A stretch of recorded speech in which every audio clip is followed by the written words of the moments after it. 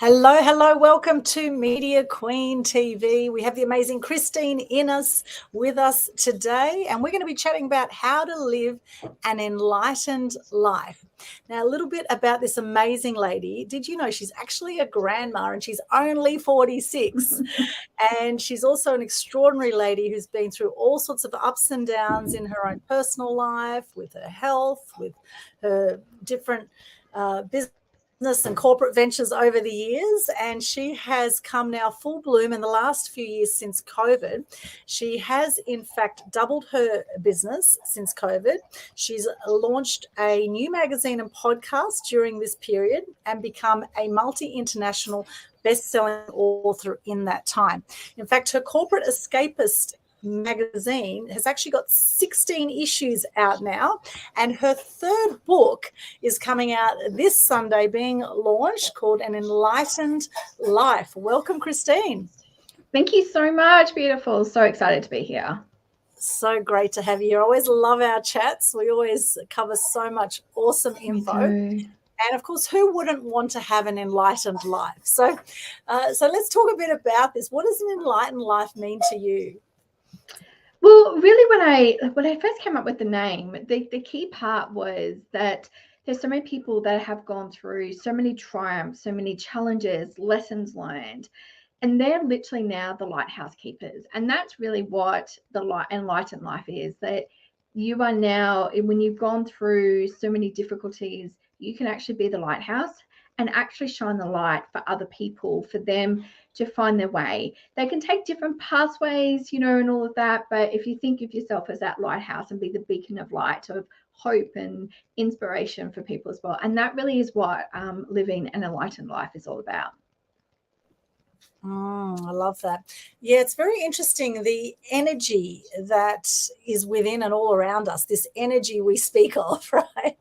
This energy. It's interesting that, a lot of people say to me, they say, I love your energy. And it's interesting because often we're so close to our energy that it's sort of difficult sometimes to see how you're actually coming across to others. And I know that, as a high achiever myself in the past, that I have at times been very hard on myself. And I know that you are also an incredibly high achiever. And the thing with that is that sometimes no matter how much you achieve in life, there's always more to do, right? And so with this big journey of all the ups and downs of business and life's challenges, to have an enlightened life, some people may say it's not realistic to always be enlightened, right? That we're going to have our high points and our low points, and it's all about how we navigate that and how fast we navigate that.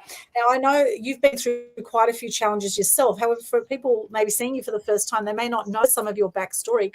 So can you share a little bit about some of the challenges that you've had, growing up, and I know with your asthma and with different health challenges, etc., some of those challenges that you've been through, and how challenging was it for you to actually bring that back to a place of gratitude or enlightenment after going through those challenges? Yeah, I guess I felt like I had a really normal childhood, but as life evolves, you start to see different things. But I guess I sort of say my story started in 2015. I was sort of climbing the corporate ladder, doing what was told. So I was told you go to school, and if you aren't at school, you go to university, and when you're finished, you go get a job, and then when you retire, that's when you have fun. Well, obviously the universe had different plans for me. So 2015, working in corporate, climbing that shiny corporate ladder, the marriage, the house, the car, all that sort of stuff. And then I got diagnosed with 2 life-changing illnesses within 10 days of each other. So I got diagnosed with adult asthma, and then 10 days later got diagnosed with a heart condition. And I was very, very ill. I literally wouldn't even be able to put a sentence together without being completely out of breath. And then I realized I was in a very toxic, unfixable marriage. And I moved back to Queensland and literally lost everything and ended up sleeping on my parents' couch. But, you talk about gratitude, and it really didn't hit me because I sat in that victim mode, poor me? Why is everything always happening to me? What have I done? Have I been a bad person in a past life? All that sort of stuff that, we talk about. But the key part really was that, hey, I was here. I was waking up every single day. And also too, just because I was sleeping on my parents' couch, I had somewhere to sleep. I had a roof over my head. And obviously with like the rental crisis that's going on at the moment, like I look back now, I'm like, oh no, how lucky, how grateful I really was. But it really wasn't until somebody had asked me the question. So I hadn't seen family for about 10 years after, working interstate. And they said, well, what are you doing? And I'm like you, I don't have a problem talking underwater at all. Like I can, talk as much. But it was the one time I couldn't answer it because I had no job. So I'd left school and worked in corporate, and I'd done that for 22 plus years. So not having a job, I actually didn't have an identity. And that really was the start of it, was learning who I was without that corporate identity. But then also asking the question, what do I want out of my life? So I was in a fortunate position. My son was, 17, I think at the time. So, he was pretty much all grown up. Like I didn't have to parent, and all that sort of stuff. Well, you still parent, but, didn't have the day-to-day, school runs and all that sort of stuff. But it was the first time I could ask myself the question, what do you want? Because you always put so many other people first and never ask yourself that. And yeah, discovered, so many different things, and then discovered the power of stories and listening to others people's stories on like YouTube and reading books and all of that. And yeah, it changed my whole complete life. So, 3 years ago, I started the Corporate Escapists because I shared my story, and now basically created a whole media agency without even realizing that's what I had done. And it's been a very beautiful journey. And last year, like we went through another big challenge, like my dad passed away, and it really allowed me to step more into that gratitude. Like, hey, I get to wake up and have amazing conversations with people. I get to go and, to my favorite places. I get to watch my grandson grow up and watch my son grow up, like, all those sorts of things. So I think, from all of it is truly stepping into gratitude. And I watched a really amazing documentary on the weekend, and he just goes, like, when you step into that gratitude, you don't realize the ripple effect that you're, illuminating out to other people, because you are literally being that beacon of light, not only for yourself, but you're being that for others as well. And I think that's really the power of gratitude, and, power of, being you and just accepting your gifts, because all of us have got all amazing gifts, no matter what. And, you don't have to go and have a business by yourself, or, all of those different things, but everybody's got an amazing gift, and you really need to allow that to shine through. And actually accepting your story exactly as it is, because the fact is your X factor is your story, my friends. And often we compare our stories to others and we think, oh no, they've got a better story, or who am I to speak up? This imposter syndrome that can happen, which is probably one of the biggest challenges that can happen when it comes to wanting to share people's stories and help them share their own story. And the number one regret of the dying is living a life not true to yourself. And in sharing your story, they say everyone's got a book in them. In sharing your story, you do feel in some way that you are leaving a legacy, that you're sharing that with future generations, whether it's in a magazine or on a podcast, or with what we're doing now with the online show. However you do choose to share your story, it would be such a shame if you died and no one else knew your story, and actually digging through the layers of the story, through all the ups and downs of the beautiful roller coaster ride of life. And I often say to people, you're 1 in a billion just by being born, right? You beat a billion swimmers to get to the finish line. You are extraordinary, and sometimes we forget that. And I think particularly in Australia, where it's all about rise to the middle here in Australia, right? This is what we encourage people to rise to the middle. We don't want you to get too successful. The others will get jealous and all those sort of things. It's lonely at the top, all those things we've heard. So it does take something. It takes some courage. It takes resilience to put yourself out there and to share your story and to share from the heart. And I think really doing the inner work is really, really crucial. I know it has been on my journey because, I grew up very angry with the world. I didn't want to be here for a long time, particularly after watching negative news every night, at least 2 hours of negative news every night. You watch that stuff every night and you think, gosh, why bother being here? Oh, it's so damn negative. And this is why I'm out to shift the face of that, as in to put more positive stories out there. And you are, Christine, which is awesome. So how important for you has it been to actually do the inner work, to do the, the courses and the personal development, the business development? How important has that been on this journey? I think it's been the number one thing that has gotten me to where I am. So An amazing mentor once said to me that, don't give your pen to anybody else to write your story. So if we look at a pen and everyone just goes, oh, it's just a pen, there's nothing there. But the pen actually holds so many amazing gifts. So the pen has your past, you hold your present, and then you actually write your future. By owning your story, you actually then take control of it. So what I've learned is that when I wasn't owning my story, now you don't have to go and share it to the world like I do, or like Aldwyn, like you don't need to, but you need to own it yourself. You need to be able to stand in front of that mirror and own everything, the good, the bad, the ugly, everything in between. Because what happens is that if we don't own the past, we actually can't hold the pen and write our future. What it actually is that somebody else is actually doing it for us, because we live in shame, we live in guilt, we live in fear, we live in all of these uncertainties because we don't have the clear vision and really accepting ourselves. So, I had to accept that, hey, I got sick. I live with illnesses that, could put me in hospital, which it has multiple times. I have to really be mindful of my health.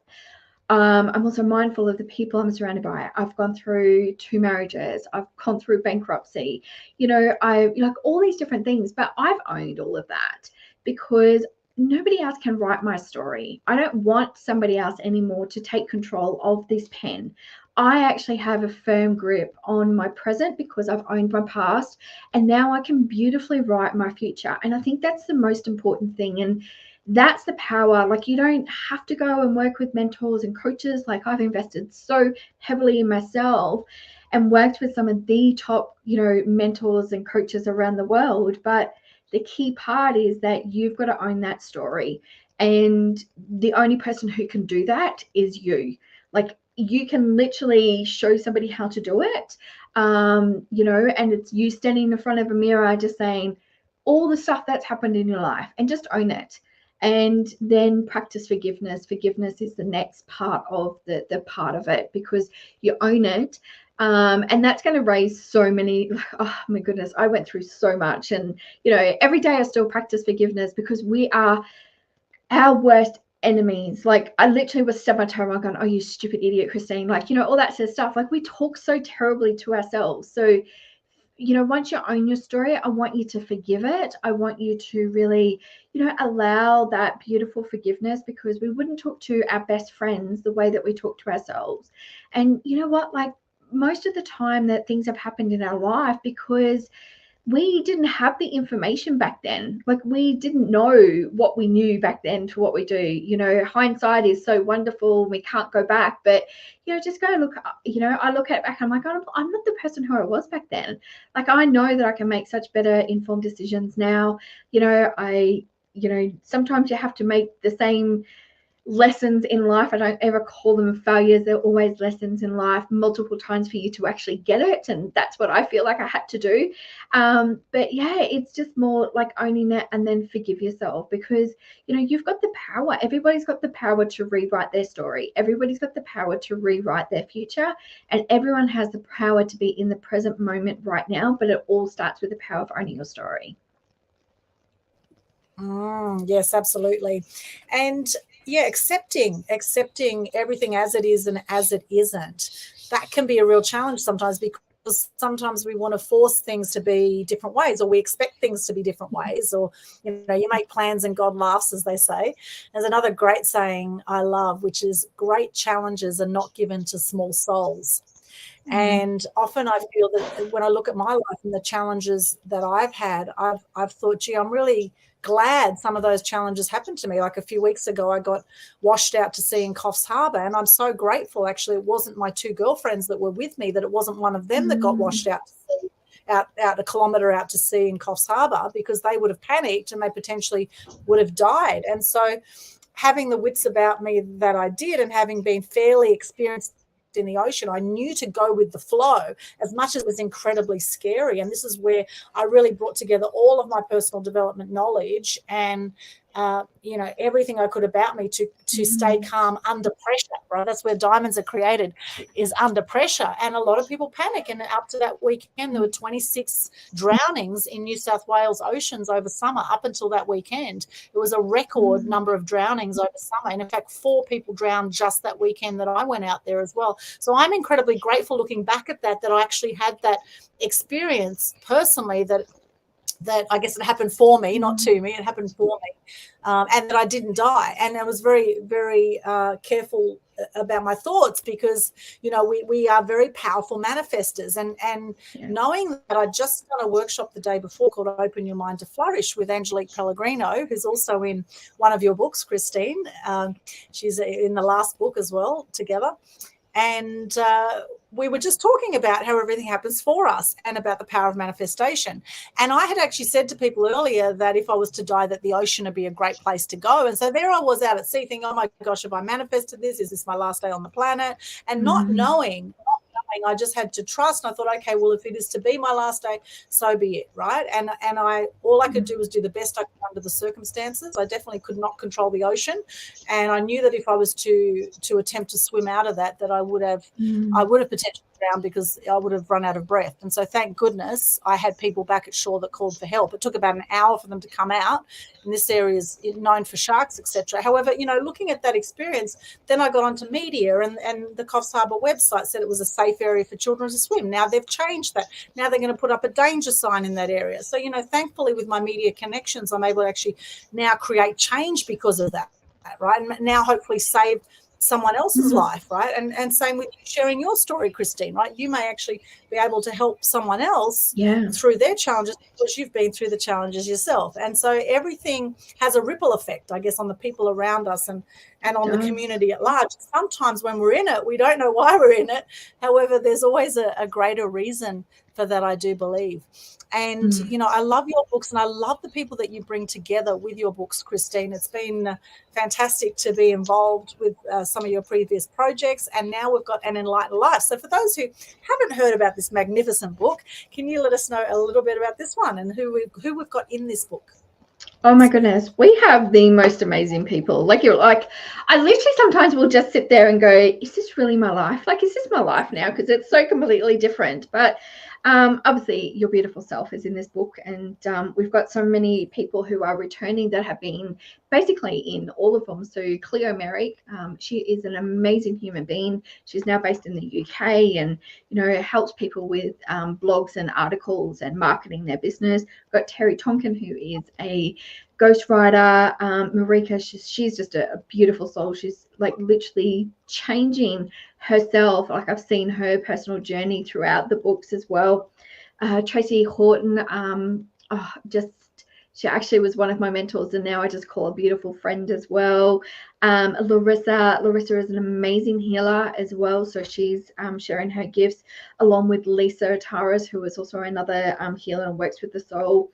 We've got Steph, we've got Rosie. So Steph has her own business. She is a true corporate escapee, and she's talking about a topic that I just love. It's all about mum guilt. Rosie, she is an incredible business owner, but also she's also another published author herself as well, and, you know, just sharing more of her gifts. And then we've got Sharon, who's an amazing coach. So, like, when I look at all of these beautiful women, the key thing is that they've all had an experience. And I always say experiences and lessons or moments, because that's exactly what it is. The only infinite thing in life is death. And the whole key about is that what we can learn. And they're really being raw and vulnerable and sharing their gifts in this book. And I take it as a book where it's going to inspire and motivate you, but it's also giving you these lessons that you can then go and implement into your life pretty much right now and do, and just go, oh my goodness, like, just changes, or how you can view the world differently. And, you know, these are incredible women have just opened up their heart and souls to share their gifts. So I'm excited.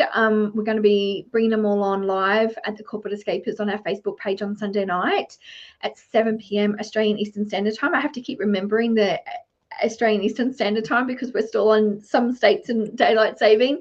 And yeah, they're all coming on, and they'll, you'll get to meet them each one by one, and they can introduce themselves as well. So it's going to be beautiful. But like I said before, like the Enlightened Life, like these women have gone through different things, and now they are the beacon of light. They are the ones that can be your lighthouse. So if you need somebody to show you direction, or just to be that beacon of hope, beacon of change, beacon of inspiration, motivation, like positivity out there, they are going to shine the light for you, and you're going to be drawn to one or all of them, and then you can work your way towards them as well. So I'm super excited. As I said, I still can't believe this is my job. It's amazing. So it's so great, and you've created it, Christine, so congratulations to you. Thank You're you. an absolute trooper. I don't know how you do it. You're just so motivated and so inspiring, and you just you about it, and you do it with such joy. And I know with some of those ladies, some of them I know, some I don't know, and some of them, the ones I do know, are absolutely extraordinary. So it's such an honor also to be in the book with those other authors. And so they come from, so we've got Cleo's in the UK now. Where are some of the other authors from? Well, they're actually all really from Australia. This is like normally we have people in the US, but I feel like it's like Cleo it's sort of like my soul sister. Like, it's really interesting. And this is the power of co-author books, because Cleo and I met when we were in a co-author book together, and we were the only two Australians in this book. And like, she was living in Melbourne at the time, and we've never met in person, but I feel like she's my soul sister. Like, I love and adore her, and this is the power of it. So it doesn't matter where we're all located, like, we all literally can come together, and we've created this beautiful little family, and like, we're all there. We've got for each book I do, like, I create a chat, and we all get in there and we support each other and help each other out. And it's just that, like you said, that beautiful ripple effect that we create going forward as well. And that's the most important thing that I love, is bringing people together and showing them as a collective of what we can actually do, and the power that can actually have, not only within our own little community, but as we expand worldwide as well. I love it. And it's interesting because Cleo and I also met many years ago, well before I met you, actually. I knew Cleo as well from other sort of programs. And here we are now working together on these books, which is so cool. And, I love the exponential marketing power of compilation books. I think this is 16 or 17 or something I'm in now. I just love it. I've been in a few every year. And it really is so powerful, because everyone's promoting out to their networks, and you just never know who is going to be getting that book, which has one of your chapters in it. And so very, very powerful. And international bestsellers, you've had a great run with that in the past, so yes. I would expect that this will be another international bestseller. Absolutely. I've already got it done. I just say it's done. So yes. yeah, definitely. Yes, like, I'm really blessed that we've got a really good international community out there, and and like, even the women who have been in the past books, like, they're all supporting us, and as well. So that's what it is. It's I think you just start to become part of a family, which is beautiful. Yeah, absolutely. And thank you so much for everyone who's joining us live right now. We've got Alessio Ronaldo here. Hello there on LinkedIn. And we have someone else is saying hello on LinkedIn, but we don't know who you are. So please, wherever you're watching this right now, just allow StreamYard to show your comments so we can see who you are. That would be great. And let us know, where are you joining us from? And if you have any specific questions for Christine too, you can pop them here in the chat, and we can come to those live if you have any questions. So let us know where you're from if you have any questions for Christine. Be great to hear from you. Now, throwing yourself into this sort of media world, Christine, is amazing. In the last few years, how much you've produced. It must have been a huge learning curve for you. What are some of the biggest learnings that you've had through this period of producing all this amazing media content and podcasts? Of course, recently you launched a show, a program, and teaching people how to do podcasts as well. So with all those different media outlets you've now created, with the magazine, the books, the podcasts, what are some of the biggest challenges? Oh my goodness. Like as I said, like you said before, I am such a high achiever. So it's also just recognizing what I can and can't do. Yes. You know, I've not come from a marketing or media background. I worked in management pretty much for 22 years. So it's really learning. So I always say to anybody, like, if you want to do something, you can do it, because if I can do it, like, trust me, you can do it too. So there's like so much, you know, like you can do it. You know, I've learned how to create a magazine. I've learned how to distribute it. I've learned how to create books. I've learned how to make them bestsellers. I've learned how to, you know, create and produce a podcast, a TV series on YouTube, like create a course. I was very fortunate. I did work in learning development in corporate. So, you know, writing courses was, you know, pretty much what I had to do. But, you know, it's just more of, you know, what is your passion? And if you can really identify your why, what you're passionate about, I think it just makes things so much more easier to do it, because you know that, oh my God, I really want to do this. I know what it's going to do. And but the biggest thing is letting go of my own expectations of it, and, you know, just literally coming from a place of service. Like for me, this is a place of service. I want to be able to serve amazing people. I want to be able to help them and show them and inspire them.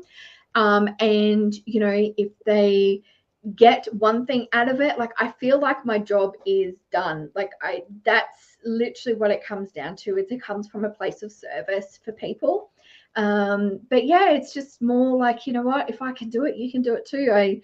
I think I've told you this story, which is, I remember the 80s, like, so this will show you my age. So I remember the 80s videos on TV, and they're doing the aerobics in the hot, bright leotards.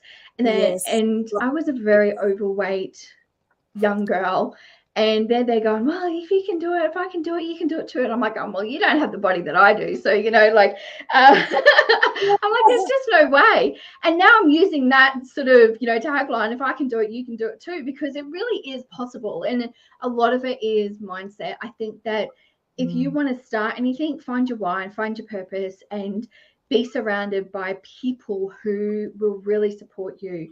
And that's one thing that I have found absolutely key, is that I'm now surrounded by amazing people who really get my purpose and my mission, but also too, like you said, there is none of this competitiveness of, you know, wanting to, oh, you know, you're better than me, or, you know, put you down and all that sort of stuff. They literally are so genuinely happy for you to be successful. And it's that, I think, is because business is it's the biggest personal development course that you will ever do, because you're going to learn so much about yourself. So find your tribe. But that's the key to it all. Find your tribe, because you're going to have moments, and those moments sometimes aren't pretty. So Yes, I totally agree. Your environment is so important. And it's funny when you mentioned the 80s, I just went, let's get physical. I just went yes, straight back. it is that. Yes. Let's get physical. Yeah. Oh my gosh, that was such a big thing with the oh my gosh, all the fluoro leg warmers, and oh my gosh, yes, went through all that period. And you know what I loved about it, was very bright and colourful, I must say. Oh, And yes. you know, of course, Greece was very big back then, wasn't it? Oh, yes. And, yeah, rest in peace, Olivia Newton-John. Wow, what a blessing she was. She was to the world. Now, there was an enlightened woman. She was extraordinary, I must say. And I totally agree. There's always going to be people that are going to be jealous of your success. And I must say, in business, it is one of the most challenging things you will ever do. And in business particularly, it's important to be very aware of the environment and the people that you hang out with, because if they are bringing you down, then you know, we're either green and growing or ripe and rotting, right? We're never staying still. So if you've got people around you that are bringing you down continuously, then it's actually going to hinder your growth in many ways. And one word I absolutely hate in business, which I hear all the time, is the word competition. I hate when people say, "Oh, your competition's doing this, your competition's doing that." It's like, no. It's no. If you have an abundance mentality, which is where this personal development work is so important, because we don't all need a million clients, right? There's plenty of work to go around. And in fact, if you have other people who are in similar industries to you, it's actually very good for you because they're raising awareness about the benefits of your industry, right? So actually collaboration, co-creation, which is what this book is, and Enlightened Life is all about co-creation, collaboration. It is not about competition. So just notice, my friends in business watching this right now, do you use that word competition? And it's almost like we're brought up to compete with each other. It's all this divide and rule that goes on in society. And I think the more that we can come back to unity and to community and to look at how we can actually support each other rather than bring each other down, because there's going to be enough other people out there putting you down anyway. So here is to actually actively, consciously choosing who you hang out with, who you invest your time with, who you make time for. And a lot of people are, as they say, time poor out there. A lot of people challenged around time. Right now, this seems to be a massive thing, and I've noticed it particularly since the advent of social media, in fact, which hasn't even been 20 years, really. I mean, Facebook started in 2004. It's not even 20 years, and yet people are absolutely hooked on their phones, and suddenly this is taking a lot of time for people. What did we do before, mobile phones and social media, right? We actually, heaven forbid, some of us actually went out and connected with nature and went for beach walks and things like that, right? And I think now more and more people are coming back to that more, right? And in fact, just this afternoon you went and took your dog for a walk, right? So so how important is that to you too, just having that balanced life too, of actually making time for nature? So much so, like my little fur baby is just like playing on the ground here, like she's gonna be going, "Mum, come on, I want to go for a walk," but it is because we can be so consumed by what is out there. I made a decision 5 years ago. I have not watched the normal TV, like I and here I am in media, but it's because I really want to protect my energy and also what I'm focusing on. I'm focused on positivity, and for me to be able to make that change, I need to be on a good mindset stage and making sure that I'm consuming positivity. Look, I do have my moments, and I'm laying in bed and I'm scrolling. I'll go down that TikTok rabbit hole and I will just keep going. I'm like, oh my God, it's been 2-3 hours, but that's my time. Like, that's fine. But when people say they don't have time to do things, it was interesting because I went through this last month myself, and I found myself sort of self-sabotaging so many different things. But and somebody pointed out to me that you've got to entangle your purpose, your passion into what the outcome is. And when you get that all entangled, it basically just like you just go, okay, great, no worries. Like, I get up and I'm like, okay, I've got obviously with a book launch, I've got another magazine coming out, recording shows. I also run another business as well, but it's the fact is like, what is the outcome that I get? And by having that outcome, and I just think about all the amazing, beautiful conversations that I get to have, that makes, like, that gives you time. It motivates you to actually create the time that is most important. So if you're sitting there and you're going, family is important to you, your business is important to you, you will prioritize stuff with it. I've been getting up at 4:30 in the morning. So because I don't start work until probably around about 8 or 9 o'clock, just depending on the day. But if I don't start work until 9 o'clock, which means that my calendar is not open till 9 o'clock for people to book things in. So from 4:30 in the morning till 9 o'clock is my time. I will take the dog for the walk. I meditate. I do my gratitude. I will, if I want to sit on social media, I will do that. But it's my time in the morning. And that just means that I have to go to bed at a certain time, so I can get my sleep, because I have to obviously be really conscious of, how my body is, because I can get sick very, very quickly. And, but, time is just a word. It's literally how you use it is the most important thing as well. It's not about, how many hours in the day, because if you look at the really, and I don't like using the word successful, because success actually has different meanings to everybody. But if you look at somebody where you actually want to sort of be up to, let's say, that industry standard, or somebody who you really admire and look up to, look how they're spending their day, look at the things that they're doing, and you can really sort of mirror yourself with it. And and that's why I get up at 4:30 in the morning, because I'm like, you know what, like I want to take my dog for a half-hour walk. I want to be able to do my hour meditation, do my journal writing. And that's how I get things done, by setting that as a priority and set myself up for success for that day. So then, come 9 o'clock, I'm on point, I'm in business mode, ready to go. Yeah, that's great. And I think, managing your sleep time, and I must say I haven't been the best for this. Last night I was in bed this morning, 3:30 a.m. I worked through till, and then I got up at about 8 o'clock. So I haven't slept enough, and I can feel my body starting to get a little bit run down. My body is telling me now that it's time to get some rest. However, I put the makeup on and I get out there and I keep doing the thing until I guess until our body does stop us. And I've had some serious adrenal issues in the past, and your body will tell you to slow down, right? And it's up to us to really listen to that. And as much as I love what I do, see, the trap can be sometimes when you do love what you do is that you will just keep doing the thing. It doesn't even feel like work because you love it so much. And that can be a real trap sometimes, and I know for me a big learning from the near drowning experience, which actually I've shared for the first time in all the compilation books I've done. This Enlightened Life book is the first one that story is being shared in, because it only just happened the other day. So this is actually the debut of all my learnings from that whole experience. And one of the biggest learnings was to let go, right? It was to let go and let flow. And sometimes, as much as we may want certain outcomes, as they say in landmark education, be committed, not attached. Be committed, not attached to what something's going to look like. And I love what you said about success, because we've got the 8 different areas of life, or however many areas you want to split it up to.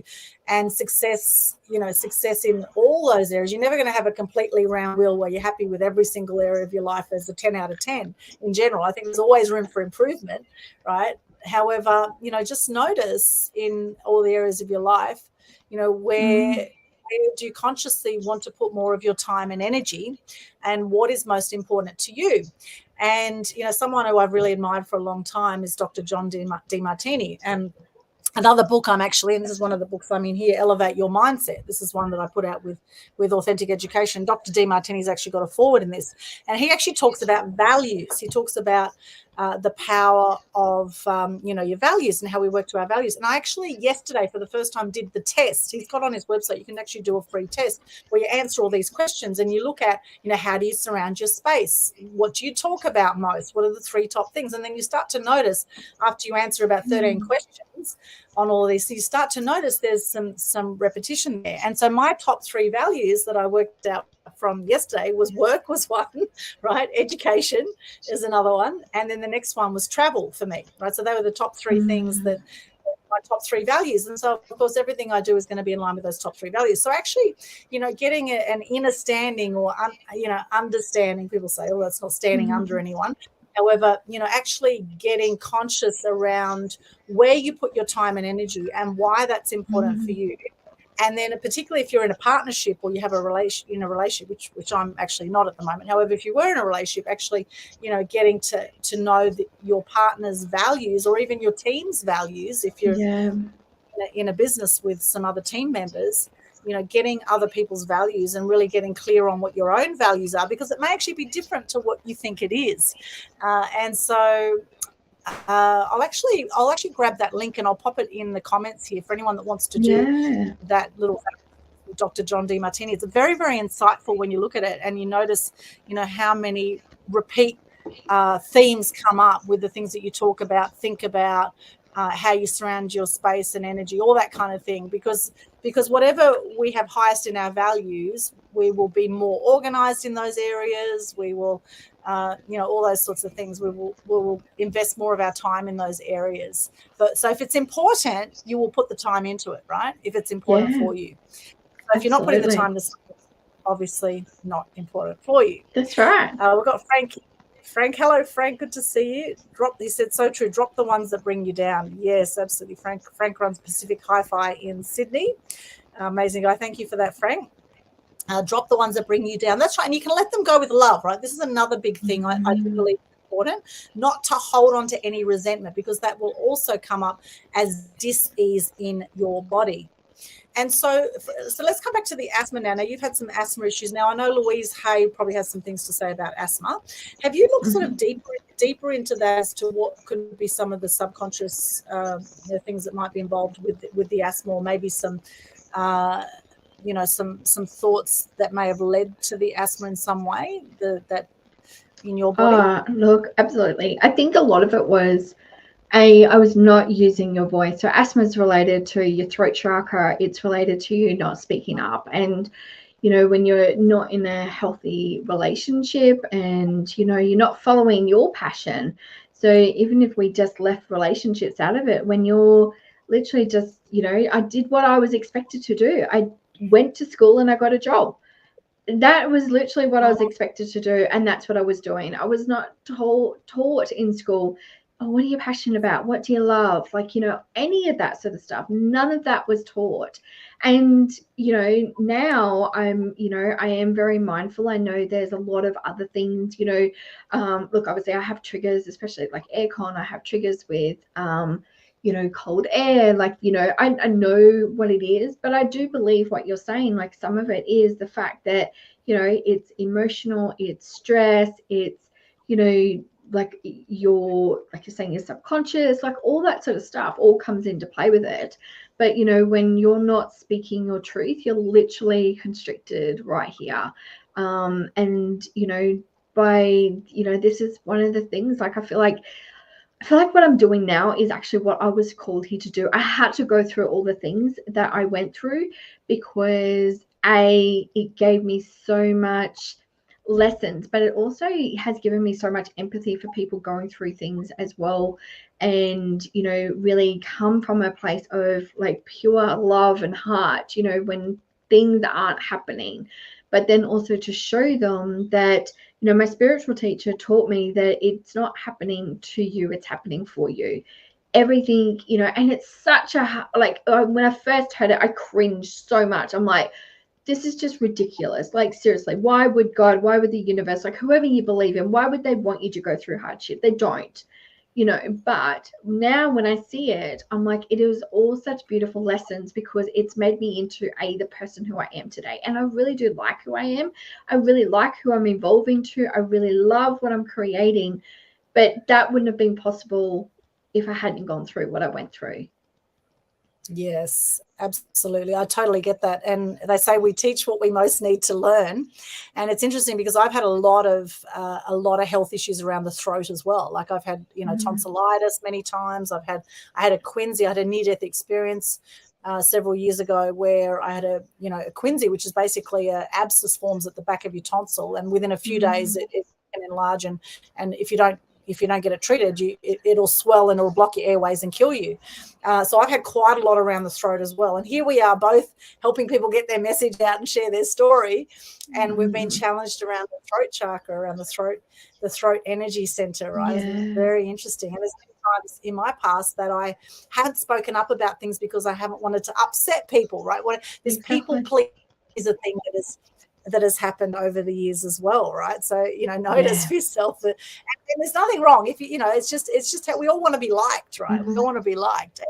And the thing is, when you're sharing you're sharing your story, you're putting yourself out there, there's going to be people that don't like you. And in fact, there's people right now that don't like you. You're just going to find that there's going to be more people that don't like you. And then there'll be more people that do like you too. But at the end of the day, it really doesn't matter because, as they say, what other people think of us is none of our business, right? None of our business what other people think of us. And it's actually standing in your own truth and what you believe to be true, being very clear on your purpose and your passion that will help to drive you through even when there's these really big challenges. Now, I know, Christine, you have some fantastic daily habits and you have your purpose and your mission, everything right there next to you. So could you share with us a little bit of some of your purpose and how you keep that real for yourself? Look, my purpose for my life and also for my business is to inspire people through the power stories. I look, as I said, like the gift for me was learning from other people. Like I would just literally watch YouTube videos on repeat because, you know, I didn't even know half these people, you know, on there, but now like I follow them massively, and they've all changed their lives, and you know they shared their story and that inspired me, and so I can see the ripple effect. So you know, I'm also on a mission to share 1 million stories by 2027. And, you know, I'm very blessed to have the platform to be able to do that. I have a TV show, I have a podcast, I have a magazine, I have, you know, the co-author books. So, you know, I have the opportunity to be able to gift the worldwide community with stories to inspire people. And it is about, you know, even though it's called the Corporate Escapists, it's not about just like leaving corporate. It's you finding and following your passion. It's you actually living life by your own design, living life how you want to do. And I'm such a big believer that, you know, as I said, like with the pen, you own your story, you can write your future, you can write whatever you want it to be. And I just want to show people of, you know, everybody who has gone through things. And, you know, if you get inspired by them to make a change, if you get inspired to reach out to work with them, if you get inspired to ask yourself the questions that you've probably never had the courage to do, then I literally feel so blessed. Like I really do. I do pinch myself like every single day, and it's sort of like, this is my job. This is what I get to do. You know, I work with the most amazing people around the world and have worked with some really big people. And, you know, I'm on a big mission as well. And I feel like, you know, this is why I'm here and this is what I'm going to do. So keep watching this space. That's all I can say. Yes, watch this space. Oh, it's amazing how much you have produced already in such a short time in business. It is absolutely extraordinary. And I really don't know how you do it. Plus, you know, plus be a mum and a grandma. I mean, gosh, it's just extraordinary. Would you say actually having kids and now grandkids, would you say that that's actually inspired you even more on your mission? Yeah, it's my legacy. It really is my legacy. Like, you know, I see the change in my son, and he said to me a few years ago, I don't even know who you are, mum, anymore. And that's because all he knew was mum got up and went to work.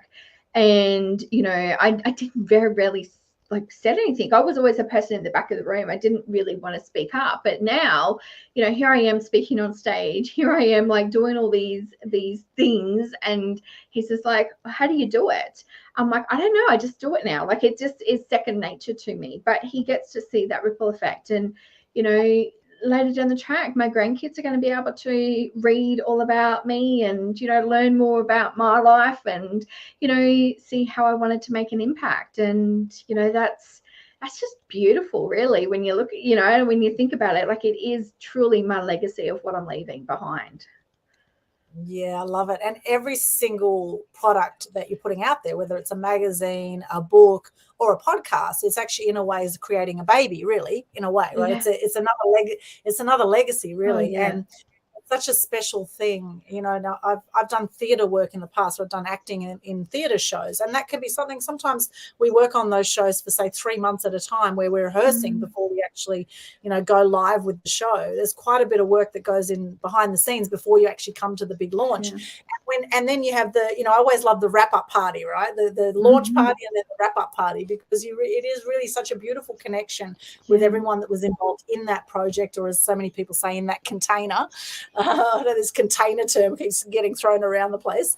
And, you know, and here we are, an enlightened life. We have an extraordinary group of people involved in this. So with the special launch event, so 7 p.m., I'm going to pop that link up, 7 p.m. this Sunday. People are welcome to join us on the Corporate Escapists Facebook page. And here is the link again. So facebook.com/the Corporate Escapists. So what's going to happen at the actual launch night, Christine? So we do a launch party for the main book, and that will be a special price, and all proceeds actually go to Asthma Australia for this launch. You'll get to meet and greet all of the beautiful authors. You're going to share just a snippet about them, and you get to meet them. And I think that's probably the best thing too, because, you know, what I love about who I select in my book is that who you meet in person or online or whatever is exactly the essence that you're actually going to get in the book as well. So you'll get to hear them, meet them, and really feel like you're part of the party. Like it literally is like a beautiful launch party. So we'll be going live for about an hour. You'll get to meet them, ask questions. And then, yeah, where our goal is to get to #1 bestseller. And so if you can support us in getting that, I just know that these stories is what is needed in the world to be able to inspire people, because, you know, look, there's so much happening right now in the world, and, you know, it's not always good. And sometimes even the good stuff, like we always need that healthy dose of inspiration. And I feel like that's really what we're doing, is giving everybody a healthy dose of inspiration. Yes, so important. The world needs a healthy dose of inspiration right now. In fact, I have my little smiley face just to prove it. There we go. Healthy dose of inspiration. I love that. That's so important, because we have seen through COVID, we've seen 4 times the suicide rates through COVID. We've seen a lot of mental health issues. A lot of people are not coping with the state of the world right now. We've had some massive upheaval, some massive changes. We've had the war in Ukraine. We have the earthquakes in Turkey. We've had, you know, many parts of the world, things that seem to have just gone crazy.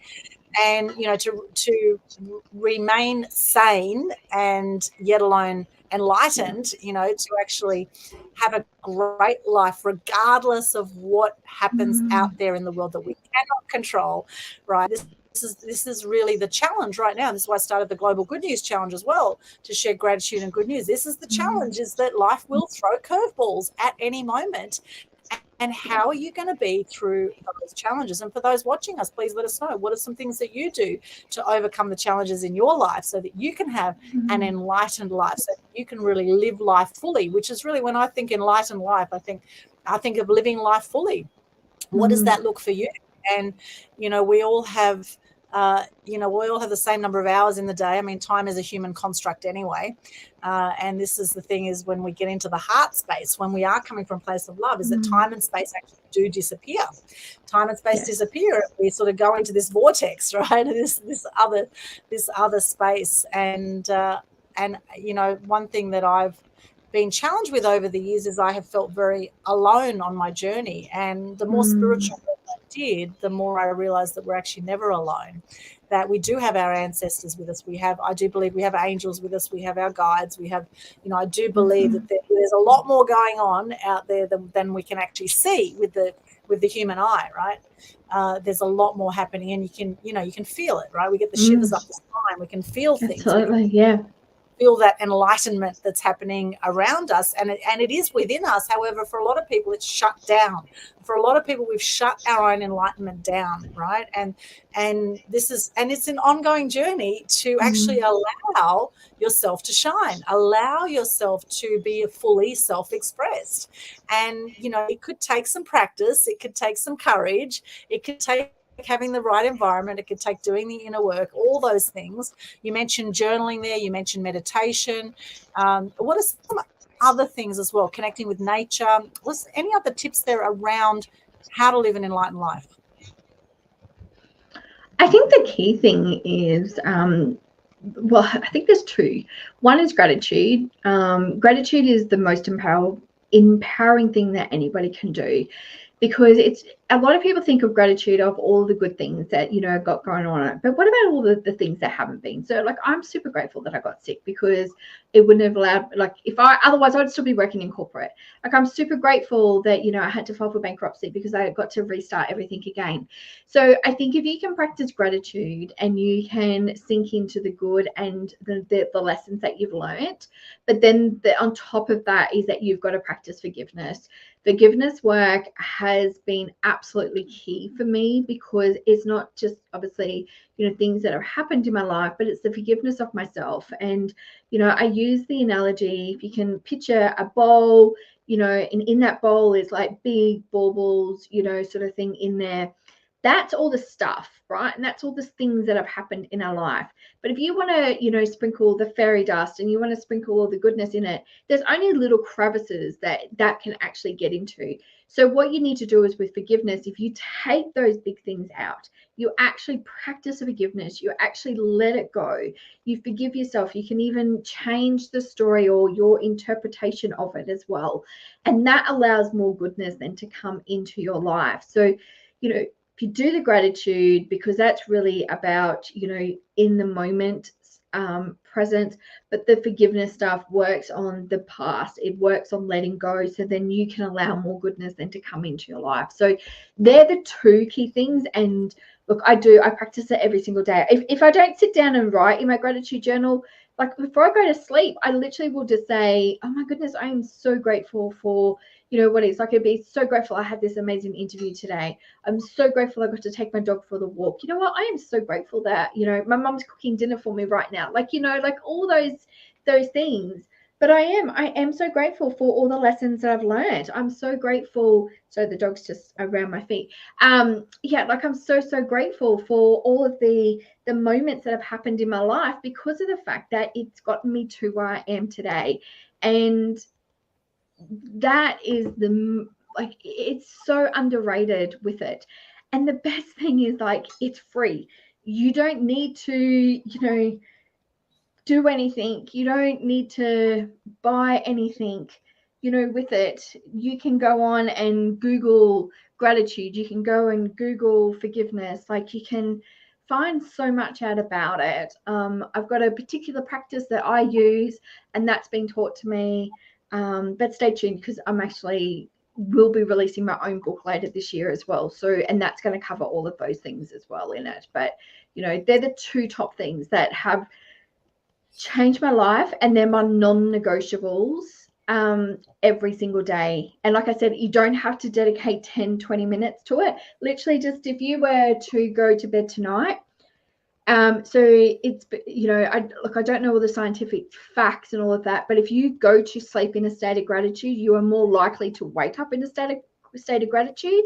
So, you know, lay there before you go to sleep tonight and just go, oh my goodness, I am so grateful for, and just say one thing. If you want to amplify it, say two, say three things.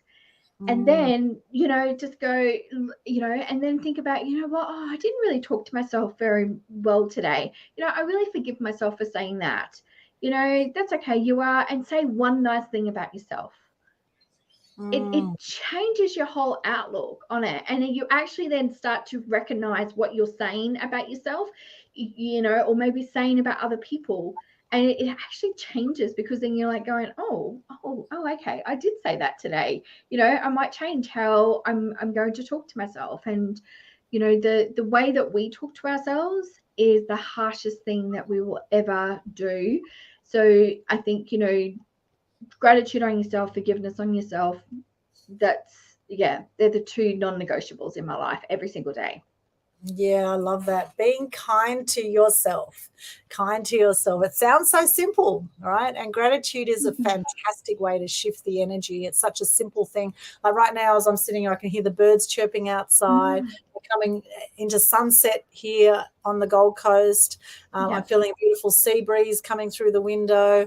And, you know, the simple things in life are often the best. We've got Frank here saying choice of music and the beach or the ocean is something that he does to shift his state. And I love it. I absolutely love the ocean. And even though I got swept out at sea, it's not stopping me going in the ocean. That's for sure. In fact, I was in there yesterday. And one thing I do, a practice I do when I'm in the ocean, is when I go under the waves, is I actually say something I'm grateful for. Grateful for my health, grateful for my friends, grateful to live on the Gold Coast, grateful for the clear water. Like, really, there's so many things we can be grateful for. However, a great one is actually just get up early and watch the sunrise or watch the sunset. There's a sunrise and sunset every day. It's our choice whether we show up for it. I must say, every time I see the sunrise and sunset, I just go, wow, look at this. Nature just turns it on every single day. It turns it on twice a day.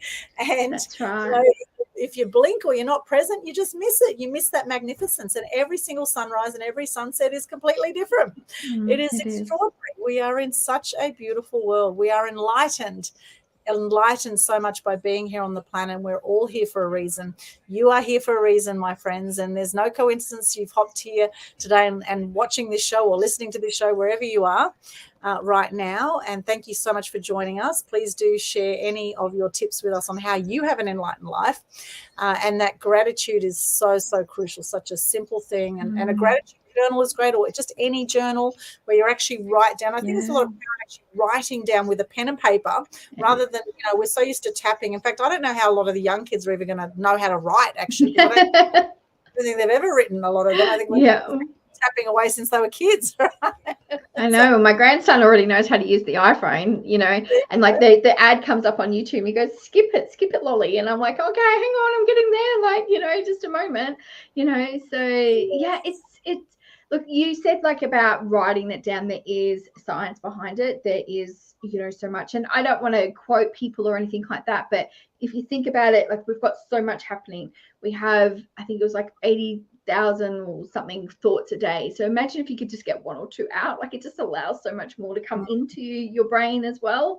And there is, for me, when I write something down, you actually have like that intention and that heart sort of and goes into it as well. So I do try, but I take each day as it comes too. I think that's the other thing, like no more pressure of you have to do this. Like I know the benefit. I know the benefit of gratitude. I know the benefit of forgiveness and meditation and all that sort of stuff. But I have my time that I do it. And if I don't write it, that's okay, because at least I still do it and practice it. And that's the key thing to people is like, don't go, oh, well, I'm going to do this, I'm going to do that, if you know that you may not be able to stick to it. Because why would you want to set yourself up for, failure or anything like that? So just go. If you can go every night, I'm just going to say what I'm grateful for. Start the day with, I am so grateful. Like when I wake up in the morning, I'm like, oh, today's going to be an amazing day. It's the first thing I say. Because I wake up and I go, oh my God, I'm so tired. Oh my God, today's going to be crazy. It's going to be tiring and crazy.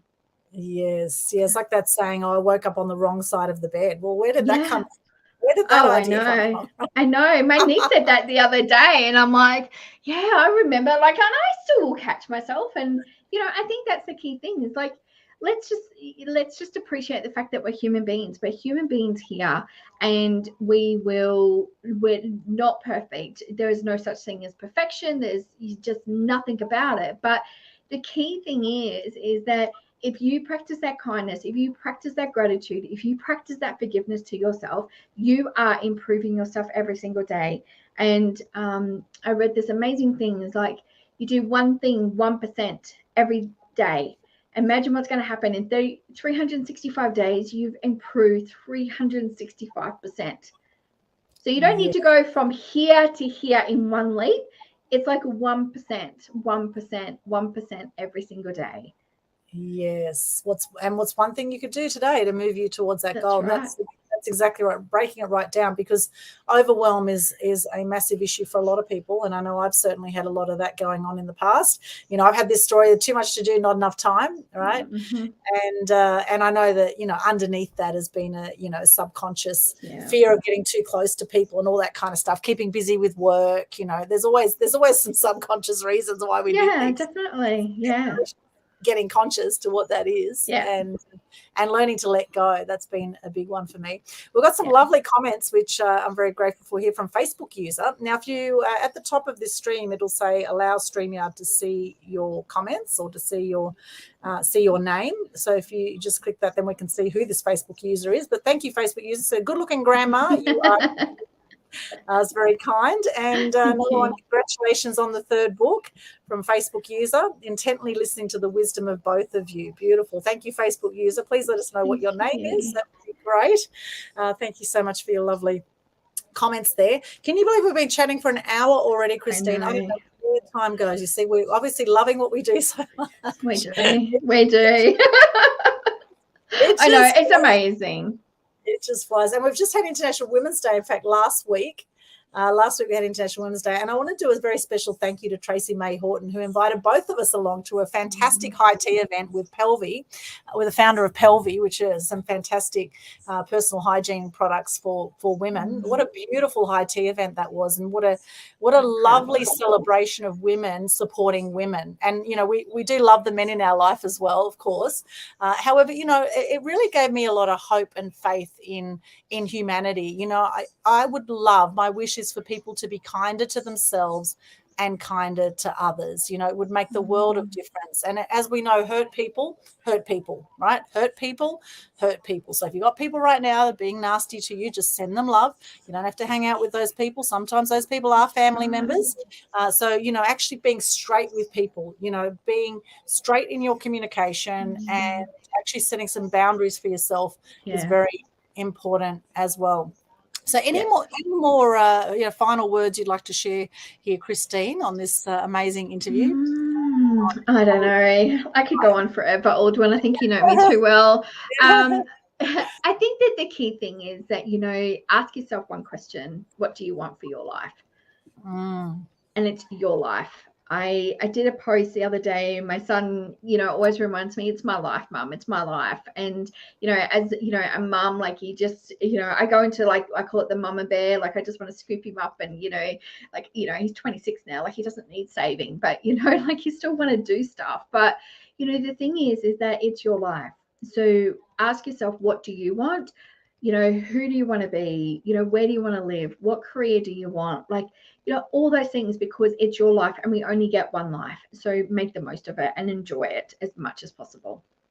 Yes, 100%. Totally agree with that. And for those who want to join us for the very exciting launch for An Enlightened Life, and big congratulations to all the fellow authors and everyone involved in this book. It's so fantastic to be involved in this with you. Just head along here to facebook.com/the corporate escapists. Escapists, ESCAPISTS, the Corporate Escapists Facebook page, where we will be streaming. We will have a special launch price. How much will the book be on 99 cents. 99 cents for the first launch, because, as I said, everything goes, all the proceeds from the launch will go to Asthma Australia. So, it's, as I said, it literally is why I started the business, because, this is like, you see the 360 with it, and, just showing people of what's possible, and it's my way of giving back as well.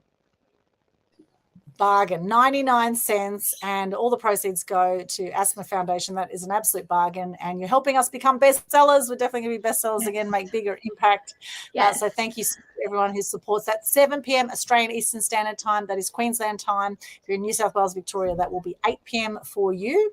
It's daylight savings changes back over on the 2nd of April, I believe. So we've still got about 2 more weeks before we come back to the same time again here in this part of Australia.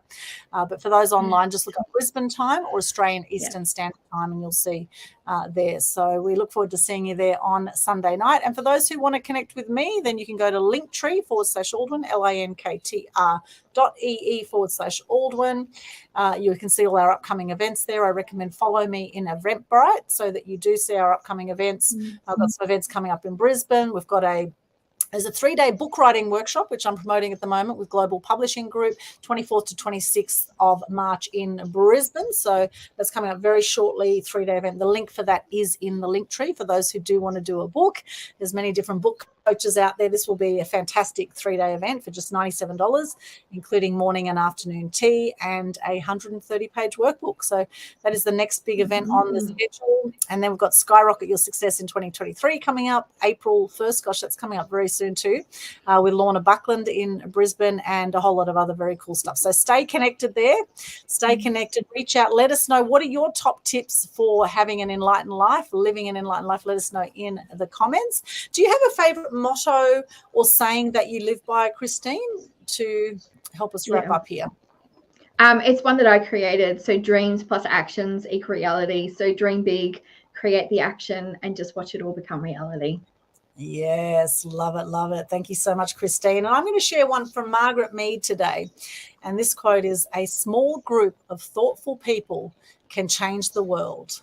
In fact, it's the only thing that ever has."